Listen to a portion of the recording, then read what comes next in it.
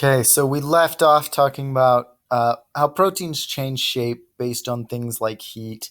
It's called denaturation. This can happen due to pH and things like that as well, which is part of the reason we like to keep a homeostasis in our body. Okay. Now, enzymes are a specific class of protein that exist, and they are biological catalysts. So they speed up chemical reactions in our body. And we'll talk about a lot of enzymes as we go through the semester.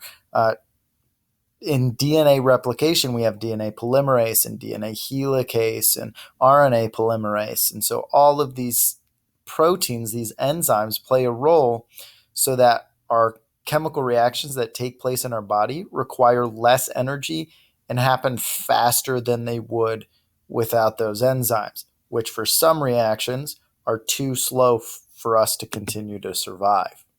Okay. And so we see with these enzymes is that they help chemical reactions happen. And so we've got an active site here. So this is lactase. That ASE tells us it's an enzyme. At the beginning, this lact tells us what substrate it works on, and it works on lactose. So it's going to take lactose into this active site, and it's going to split this molecule. And so it's going to essentially require less energy to break this molecule apart than normally it would take. Okay. So it fits in there perfectly. Enzymes are specific to a substrate, so you couldn't fit something like sucrose into this lactase enzyme. So it comes in, and we do a little hydrolysis. So water's going to come in. It's going to split that molecule into both glucose and galactose. It's monomers. So when we looked at breaking down macromolecules in our body, the food that we eat, right? We have to break all of these things down to these subunits, and we use a lot of enzymes to do that. And then we'll use enzymes to help us build molecules as well. Okay. Now, our last fourth class of macroorganic molecules are nucleic acids. Okay. So nucleic acids are DNA and RNA. So there are a couple of things that we see in all nucleic acids. We've got this sugar and phosphate backbone. So this makes up that DNA is often referred to as kind of a ladder. And so this phosphate and sugar are the sides of the ladder. And then we've got our nitrogen bases. In the case of DNA, we've got adenine, thymine, guanine, and cytosine, and these will make up the rungs of the ladder when they bond to another nitrogen base on the other side. So we've got a sugar phosphate backbone, and then the center is made up of these nitrogenous bases. So 3 parts to DNA: phosphate, sugar, nitrogenous base. Okay. Again, 2 types of nucleic acids. We've got our DNA and RNA. Okay. Both of these are found in the cell. DNA just in the nucleus. RNA can be found outside or inside. RNA is single-stranded while DNA is double-stranded. Another big difference is the sugar in DNA is deoxyribose, while the sugar in RNA is a ribose sugar. And so these nucleic acids, and here we see an electron micrograph of one of these, store information on how to build and run the body. So the order of those nitrogenous bases within the DNA will tell us how to build things like proteins.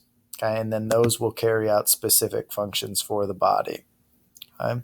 So this got cut off a little here, but this is adenine, guanine, cytosine, and thymine, which we see all here as well, the bases of DNA. And again, that information is stored in the sequence of that DNA. So A, G, C, T, G, G, A, whatever it happens to be. Okay. And we see that they pair in very specific ways, and it tells us how they pair here. Adenine in DNA will always pair with thymine, no matter what. Guanine is always going to match up with cytosine on the opposite side. So here we see another adenine with a thymine and a cytosine with a guanine. Okay, and so this is Chargaff's rule, okay, on how these nitrogen bases will pair with one another. Okay, so a quick review on these different things. Carbohydrates, they're made of monosaccharides. Okay, a dimer is just two of the monosaccharides. With carbohydrates, we call it a disaccharide for the most part. You don't have to know the dimers. Our polymers are polysaccharides. Okay, and what is a carbohydrate? They're sugars. It's made of carbon, hydrogen, and oxygen in that 1:2:1 ratio, and they're used for energy.